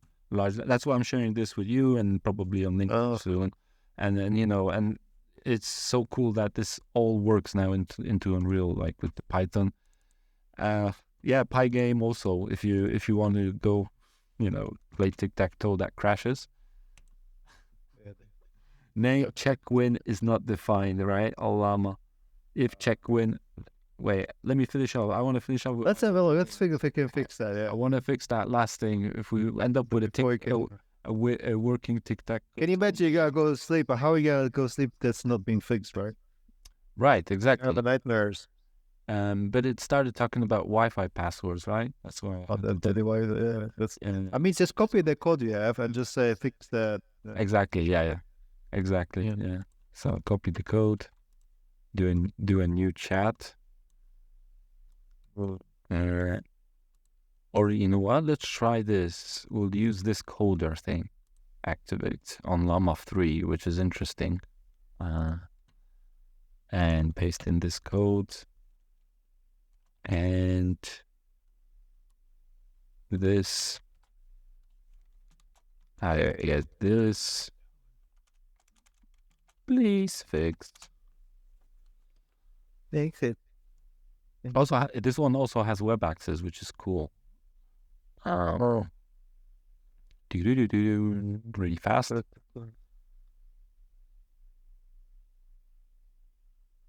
I think I prefer working with Llama because it's faster than ChatGPT for at least not the turbo. Like the turbo version is faster, but this one just pushes through code like butter.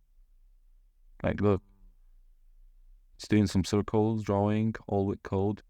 I love that it can draw with code. That's amazing, right? It is. It's just like, all right, boop, save. Control S. Oh yeah, by the way, you were saying this the tool PCG, the plugin. I'm looking now. So there is one called Procedural Content Generation Framework Geometry Script Interrupt. So it came by with 5.3. So there is a 5.3 one, right? Yeah. So the game crash. It doesn't crash. It exits. The player X wins. It actually. Can you actually let's do this again. So that means it works, but it works. Do like it shows the message. Okay. Can you? The game exits. The game player wins. I forgot to mention the game. Oh, the game. The game exits when the player wins. Make sure to mark the winning player and display a pop-up that tells that, and add a reset button. So yeah, it's even. Let's see if I can do 2 or 3 things at one time, which is really cool sometimes. Sometimes you like. I prefer to do one incremental things because it's just more controllable. But sometimes you can get away with doing 2 or 3 things at one time. Actually, it's not bad idea. But if there's any way later, but not this time, but later, if you can write a code, I ask to write the code to generate 3D object in Python. Oh, interesting. So actually, geometry. I did that in Blender. It works in Blender really good. Like you can you can do it in Blender. There's actually even a plugin that you can just type in, and it will execute already the Python code in Blender because Python reads, It doesn't have to go through a plugin like in Unreal, which is a bit more convenient. Yeah. So what happens now? Unexpected. So we I think there's something missing. we overstepped our lines. I'm not sure what the hell this is because I've never ever. This is my second Pygame compilation ever. So I have no idea what this thing is doing, but it's trying to work out my logic. And as long as you can feed it whatever the compiler is throwing out, I'm just wondering, like, where does this end? And probably ends here, which is the self-operating computer. I don't know if you've heard about this. Self-operating computer. Self-operating computer. Check it out. You can essentially tell the LLM, you have to look up your OpenAI API, and it uses a multi-vision model to essentially run tasks and like open web pages, start writing documents in your... Oh, wow. Yeah. This is pretty wild stuff. This is when when it's wild. That's when you're super lazy. Yeah, but the thing is, it kind of, the problem here now is that the really good models are a little bit slow, so you have to kind of use online computation to get the model to do everything you want, and it usually is kind of slower than you just opening it up and doing it. But it's getting to the point when I think the models will get faster and everything, and this will just probably work on your computer as is.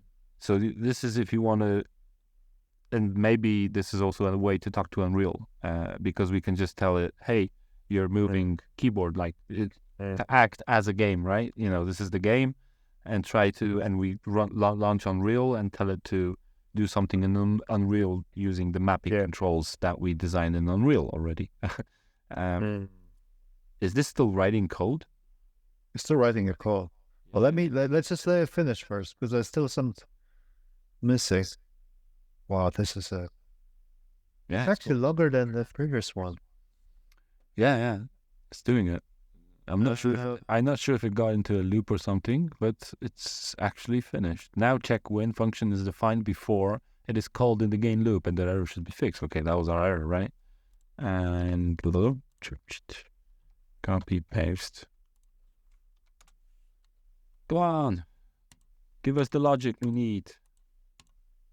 Hey, it worked. Oh yeah. Let's see the rest of the... This is my success. This is my success of the fucking day. Right, Let's see reset. Press the reset. No, the reset button doesn't work. The reset button doesn't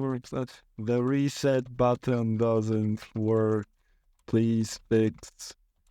Yeah, and that, but it's pretty wild that it does it. I think it does. It just doesn't do it, and also. One thing that I want to leave you also, food for thought, use comment prompts like improve my prompt. Yeah. It's really wild. It does it like you give it and it goes, this is your kind of da, and then you refine that. But I usually forget about that because I go into, okay, this is my prompt, and then my prompt is, hey, I didn't tell it that the reset button should work or something, or use a function that. And it just didn't do it or something. And now probably it should fix it. It's wild that coding this thing. Like Llama is, I think it's the most advanced from at least the tests that people have been publishing and sharing. The most advanced thing when it comes to coding and just like connecting APIs. I think it's even better at connecting APIs because it's made by Facebook than at coding. So it had to be good at coding to connect APIs. So that's why we does have a great model to work with. That's my just assumption, but... No, I can mention this. Yeah. Let's have a look. Oh, wait. Book the game. Player X wins. Wait. Okay. Player X wins. Yeah, which is good, and the reset button still doesn't work, which is weird. Yeah, when does the reset? Can you just make the game reset if I press R? You know what? I'm waiting for the time where this will work with blueprints. This will be Yeah, that's another challenge. That is gonna be ready for some time.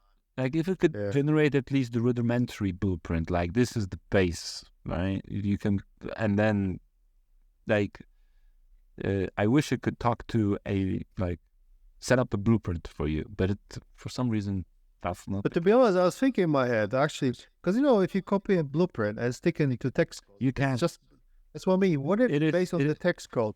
You could, you, I think we could get far if we started telling it, this is code for this, and this is code for this, and this is only used to paste into.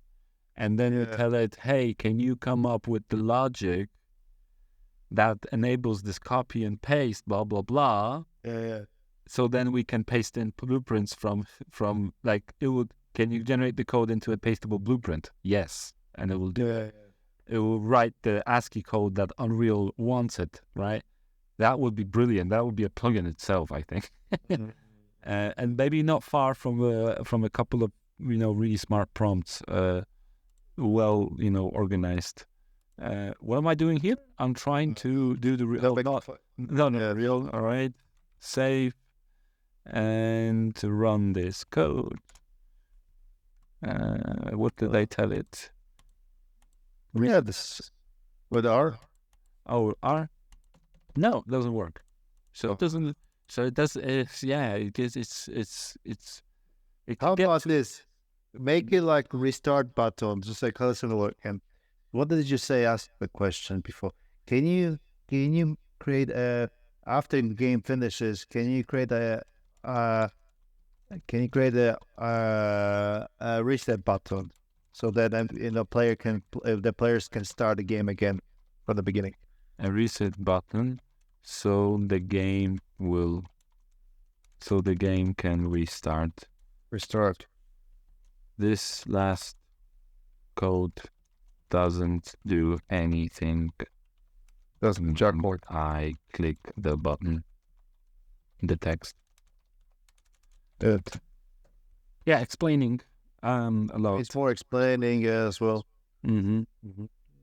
There's not a lot of there's a lot of YouTubers doing content on AI, but I haven't seen a lot of people discussing how to, like more of a How to do a it's more of a it's more presentation, like this is how I kind of do it, but not the actual like what I'm trying to do, like this works, this doesn't work, this works better, this works bullshit, and so on and so forth. I at least there's maybe one or two YouTubers that kind of do it, and the rest is just marketing. Then they're like doing a lot of marketing. It's like this is the greatest thing ever, and stuff. Yeah, that's probably what YouTubers do. But it's really not. It's just like I don't want to say that it's a glorified calculator, but it draws the line between a calculator has a soul, basically.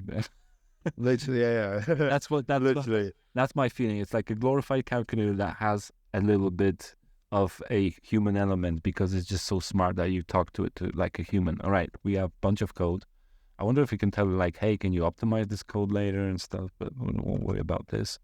Like, can you write this in the shortest code possible? Yeah, that's for Peter.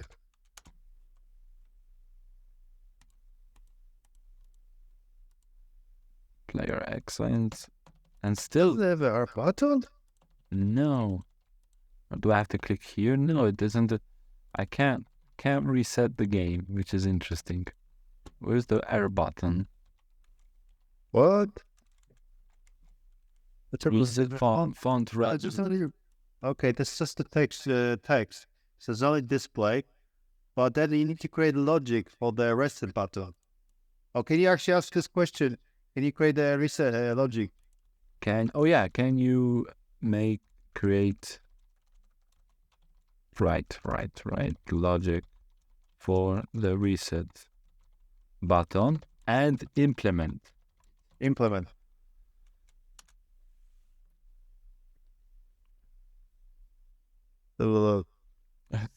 Store Steam from the Steam store. Steam store. Yeah. Well, that might be strange, by the way. Okay, what does it show you? There's a font number. That's a text. Reset button. Pygame. Yeah, there is a button. You see, there's now a button. Yeah, reset button, Pygame rect, Draw. So the kind of that's the drawing. Draw the board. Okay. Okay. It should be something.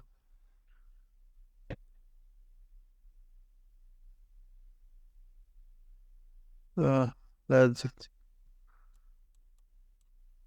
wait. Let's see.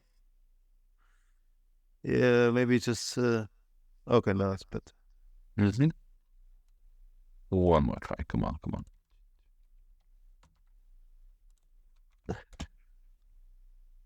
Okay. No, Where's the button? where's the button? It's kind of, yeah. It doesn't. Did you save the script? By the way, did you save the script? Yeah. When you paste it on the. I save it. Yeah. Let's ask ChatGPT 4. Maybe he can fix it. Sometimes this is where you have to get the big guns in. Because yeah. And see my reset button does not work. Write the code and implement it so players can restart the game after it ends. It's pretty wild that we're getting like graphics here and stuff. I know, right? Yeah, I'm still blown away. So I usually when my game. Yeah. Pygame at the library.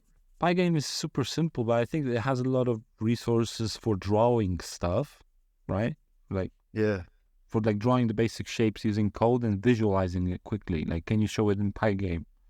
And it will show you it, and then you can use that as reference for your Unreal stuff. I don't know why we're spending so much time on it, but this is fascinating in the sense. I know it's funny. It's a game. It's a game engine, right? This is also a game. Yeah, because I remember I did this course years ago on Python, and actually one of the tests I had to create a tic-tac-toe game as well. Like really, a course works. Yeah. But that was like years ago. Okay, but that's a good test. Yeah, so it wasn't test, it was coursework. So we had to do once a week courseworks, right? And I remember we did what's the game other? Our card games as well. We created. That was tough. It wasn't easy. It was getting harder. But it took me like a few days just to create something. It was really like when you see this 6 seconds to do this, it's crazy. Yeah, I had to click continue to finish off 2 more lines. Interesting. Well, let's see how that goes. Back to code, save. Yep. Rerun the code. Boop, boop, boop, boop, boop. So ChatGPT wins today's round with Llama, but Llama did the bulk of the work. Kind of ChatGPT did the fix. So I think here the power, I think did I mention this website? I did. Yeah, work with this. This is because you can go and switch assistants and just write. I think I like also the interface, right? The Python code to click on a ball in Pygame and make a. I wish I had some sounds. Bleep, default sound. See if that will work. We should do like a Microsoft Homer game. Remember the Supper? What do you call this? The old one from Windows 95. No, Supper, yeah. Supper, yeah. So this is Homer. So this is another. So you can also create bots here and stuff. This is like a bot assistant, but created by them.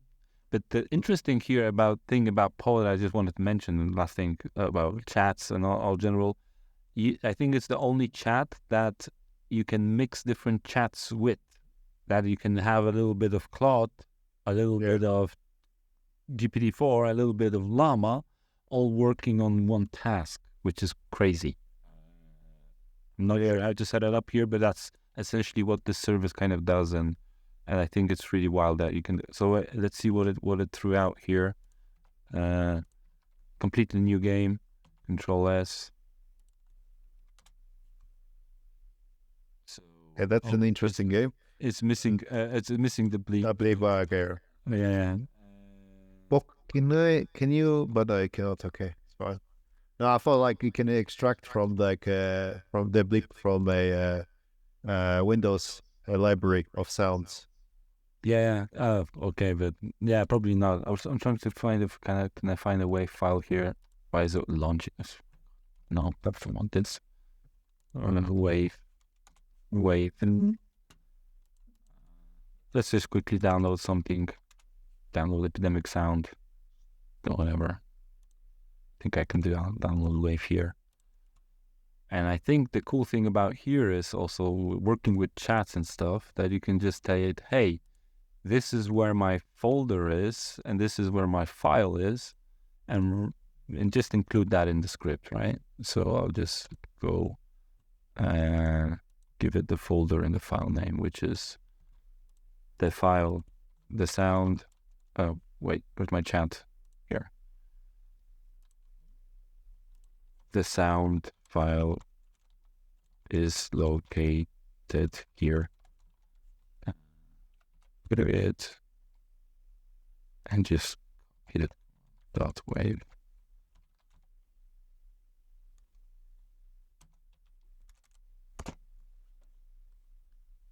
And it will just update the code. I like this one. This assistant's pretty good too, I think. But it's a mix of different LLMs, I guess. The modified code is set in. All right. So let's see if it will work. If VS Code will just. So I just made. Okay, I click it, but the sound is not working. Interesting, right? So I clicked it, but the sound is not playing. Maybe it has to have some kind of library or something. Oh, I apologize. I don't know what such problems will be. The sound file you're trying to place a different format. No, but the code doesn't work. Not sure about this one. So yeah, this is a whole crazy world.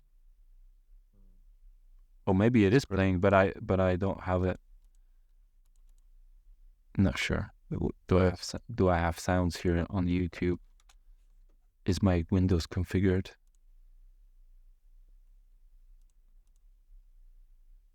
Oh, I don't hear sounds here. That might be an issue. Anyway. Because the parsec, right? I think I have sound. Yeah, maybe something to do with Zoom, and I'm not sure. Oh, because I have this selected.